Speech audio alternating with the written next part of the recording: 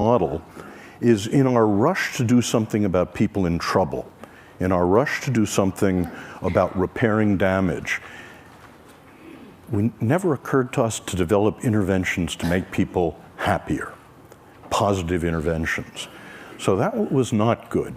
And so that's what led people like Nancy Etkoff, Dan Gilbert, Mike Csikszentmihalyi, and myself to work in something I call positive psychology, which has three aims. The first is that psychology should be just as concerned with human strength as it is with weakness. It should be just as concerned with building strength as with repairing damage. It should be interested in the best things in life, and it should be just as concerned with making the lives of normal people fulfilling and with genius, with nurturing high talent. So in the last 10 years, and the hope for the future, we've seen the beginnings of a science of positive psychology, a science of what makes life worth living. It turns out that we can measure different forms of happiness, and any of you for free can go to that website and take the entire panoply of tests of happiness. You can ask, how do you stack up for positive emotion, for meaning, for flow, against literally tens of thousands of other people. We created the opposite of the diagnostic manual of the insanities, a classification of the strengths and virtues that looks at the sex ratio, how they're defined, how to diagnose them, what builds them and what gets in their way.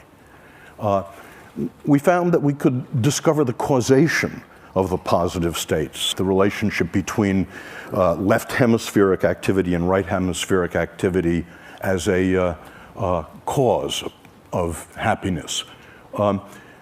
I've spent my life working on extremely miserable people, and I've asked the question, how do extremely miserable people differ from the rest of you? And starting about 6 years ago, we asked about extremely happy people, and how do they differ from the rest of us? And it turns out there's one way, very surprising, they're not more religious, they're not in better shape, they don't have more money, they're not better looking, they don't have more good events and fewer bad events. The one way in which they differ, they're extremely social. They don't sit in seminars on Saturday morning. They don't spend time alone. Each of them is in a romantic relationship, and each has a rich repertoire of friends.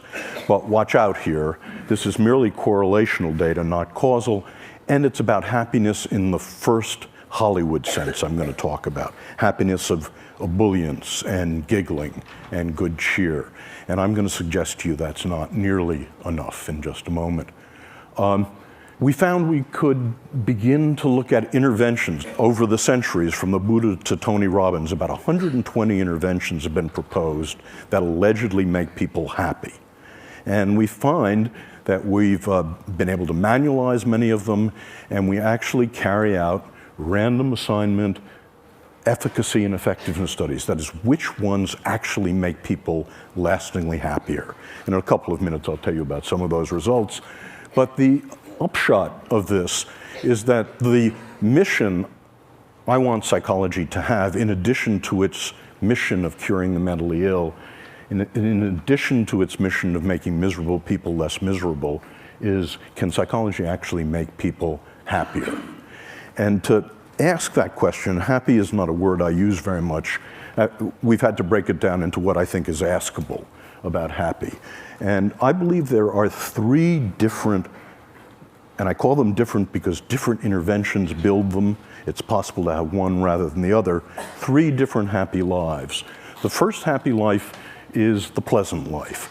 This is a life in which you have as much positive emotion as you possibly can and the skills to amplify it.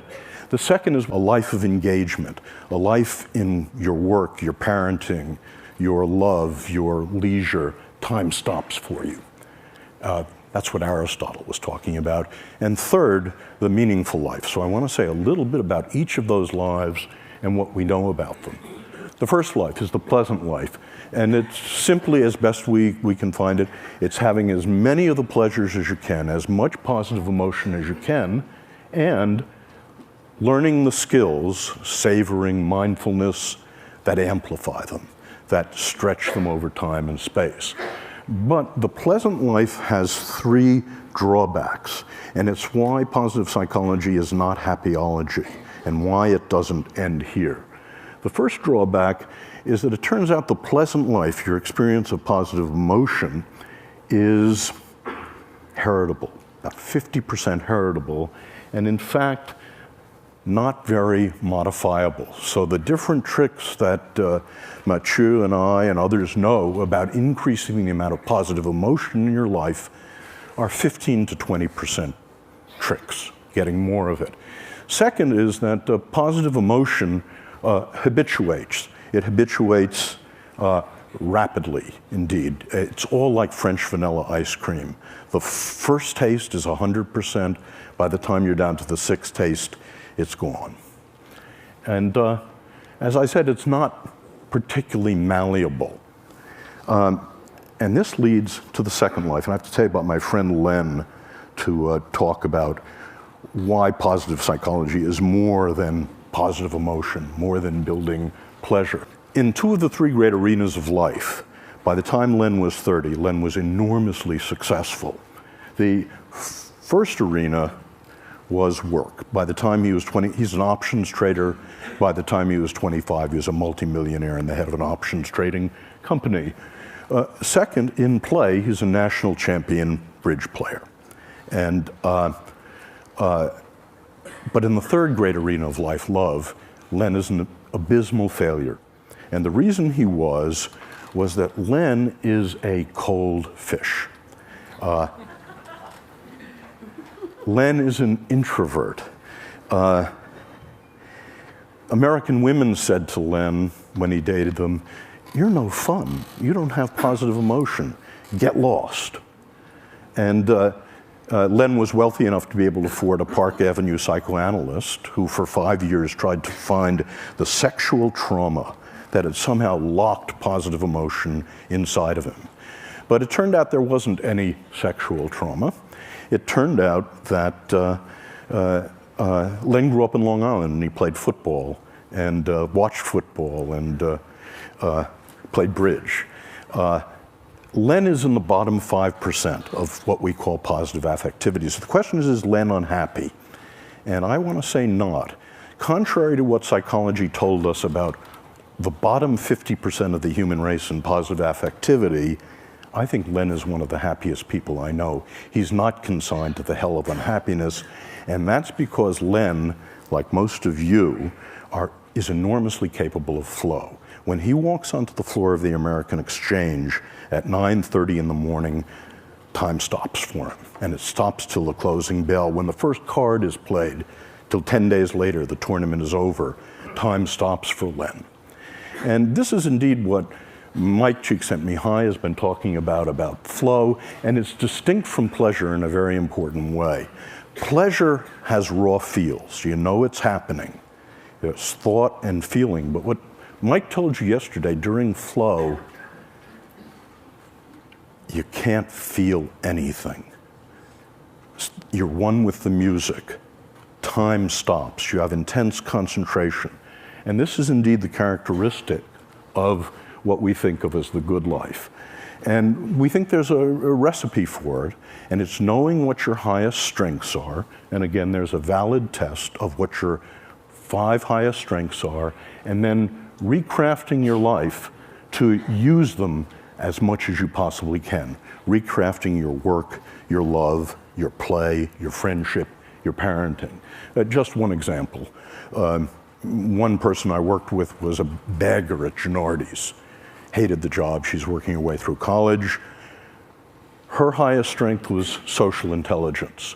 So she recrafted bagging to make the encounter with her the social highlight of every customer's day.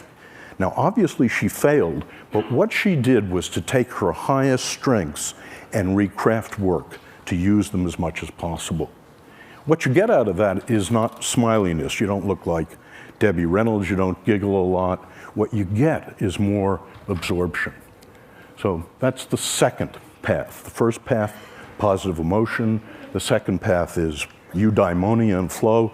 And the third path is meaning. This is the most venerable of all the happinesses traditionally. And meaning in this view consists of, very parallel to eudaimonia, it consists of knowing what your highest strengths are and using them to belong to and in the service of something larger than you are.